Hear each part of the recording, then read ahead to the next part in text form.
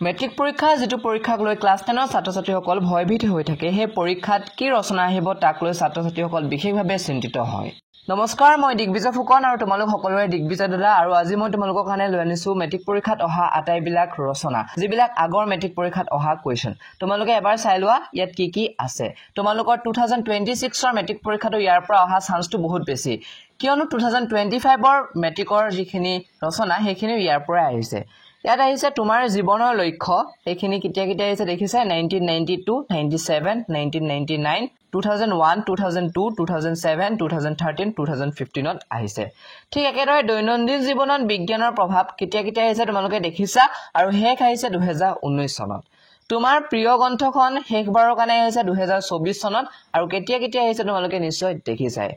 next ছাত্ৰ কৰ্তব্য এখন 2011 চনত হেকবাৰৰ কাৰণে আহিছে তথাপি তোমালোকে এবাৰ চাই যাবা মানৱ সভ্যতাৰ বিকাশত বিজ্ঞানৰ অৱদান 2024 চনত আহিছে হেকবাৰৰ কাৰণে গতিকে এখনো খুব ইম্পৰ্টেন্ট হ'ব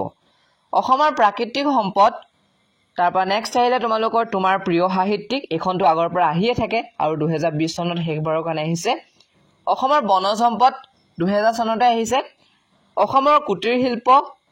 পৰিবেশ প্ৰদূষণ আৰু প্ৰতিকাৰ এই পৰিবেশ প্ৰদূষণ আৰু প্ৰতিকাৰখন তোমালোকৰ 2025 চনতো আনকি আহিছে গতিকে এখনো খুব ইম্পৰ্টেন্ট হয় এখিনি তোমালোকে চাই যাবা আৰু ইয়াৰ উপৰি তোমালোকে চাই যাবা ভাৰতীয় নিবনুৱা সমস্যাৰ ওপৰত আৰু ভাৰতীয় কাৰিকৰী শিক্ষা ব্যৱস্থাৰ ওপৰত তো এইখিনি আছিল আজিৰ ভিডিঅ'ত তোমালোকে এই গুটেখিনি চাই যাবা যাতে তোমালোকে পৰীক্ষাত খুব ধুনীয়াকৈ লিখিব পাৰা